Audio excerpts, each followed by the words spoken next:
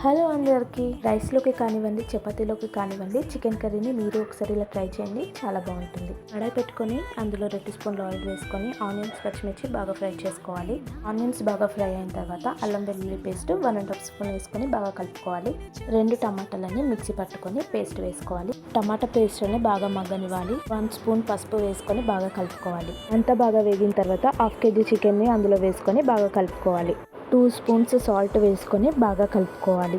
చికెన్ని ఒక 5 మినిట్స్ మగ్గనివ్వాలి. 2 స్పూన్స్ కారం వేసుకోవాలి. మినిట్స్ మగ్గించుకోవాలి. ఒక 20 కాజుని వాటర్లో నానబెట్టుకొని పేస్ట్ లాగా చేసుకొని పెట్టుకున్నాను, అది యాడ్ చేసుకోవాలి. ఒక 1 గ్లాస్ వాటర్ వేసుకోవాలి. కాస్త చిక్కపడే వరకు ఉడికించుకోవాలి. గ్రేవీ అనేది చిక్కబడగానే 1 స్పూన్ గరం మసాలా, 1 స్పూన్ ధనియాల పొడి వేసుకొని బాగా కలుపుకోవాలి. దించే ముందు కొత్తిమీర యాడ్ చేసుకుంటే సరిపోతుంది. మీరు ఒకసారి ఇలా ట్రై చేయండి, మీకు నచ్చుతుంది. వీడియో నచ్చినట్లయితే లైక్ చేయడం మర్చిపోకండి.